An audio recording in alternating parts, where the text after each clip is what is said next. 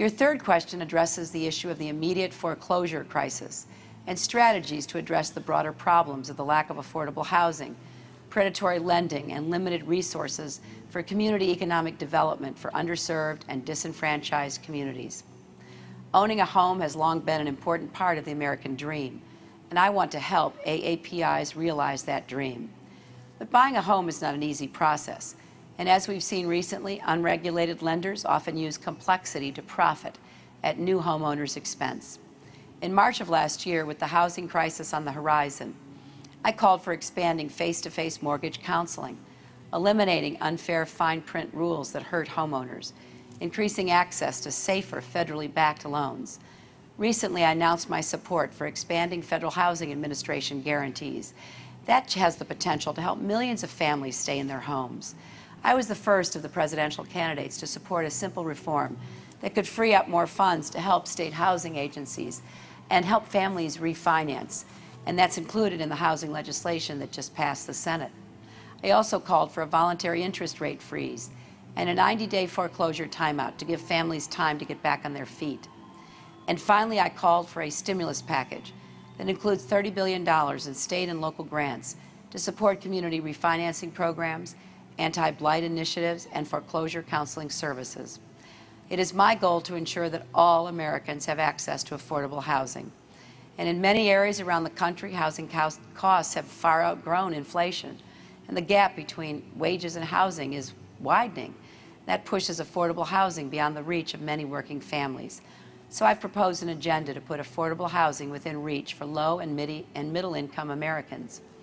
I want to have a $1 billion fund to provide federal support to housing trust funds that are established by state, county, and municipal governments. Your fourth question asks about my commitment to ensure that my administration includes senior-level representatives of Asian Americans and Pacific Islanders.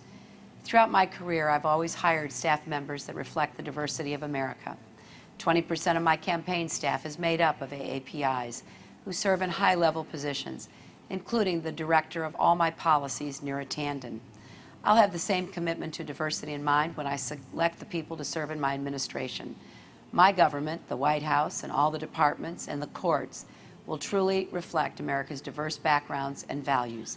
I'm committed to appointing, recruiting, hiring, and promoting qualified AAPIs throughout the government.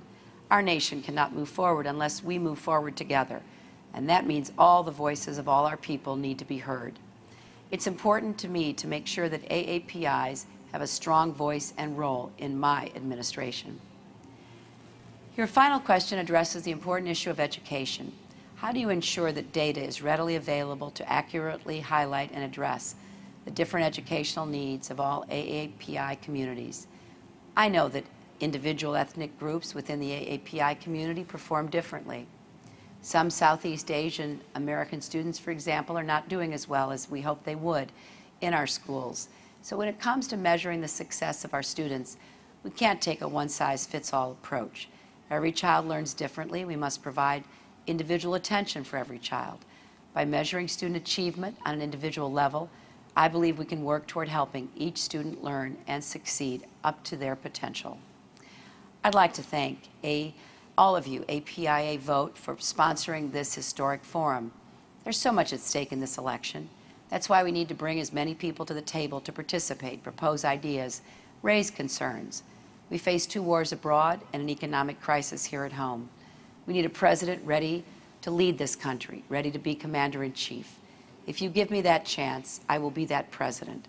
Together we can deliver the solutions our country needs, solutions for our economy, solutions for our healthcare system, solutions for education, solutions to restore our leadership in the world and bring our troops home from Iraq, and really a solution that, once again, values every single American and every single American community. I'm very grateful for this opportunity to speak with you, and I thank you for your questions. I look forward to working with all of you in the future. Many of you are people I've worked with in the past. Others I'm looking forward to working with. Thank you for your support. Thank you for your concern and your caring about our country. I look forward to having your continuing involvement, and as your president, we will work together to meet the needs of all of our people. Thank you, and God bless you.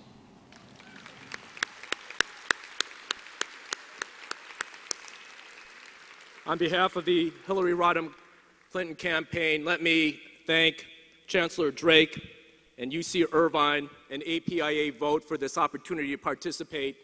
As we've stated earlier, America is truly great because the people who have flourished and exercised their compassion and passion in providing the highest standard of living and an opportunity for all. So thank you on behalf of the campaign. Thank you for this opportunity. And together, let's continue to work America great.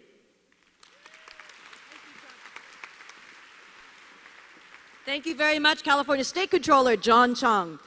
I'd like to, wow, fabulous, no?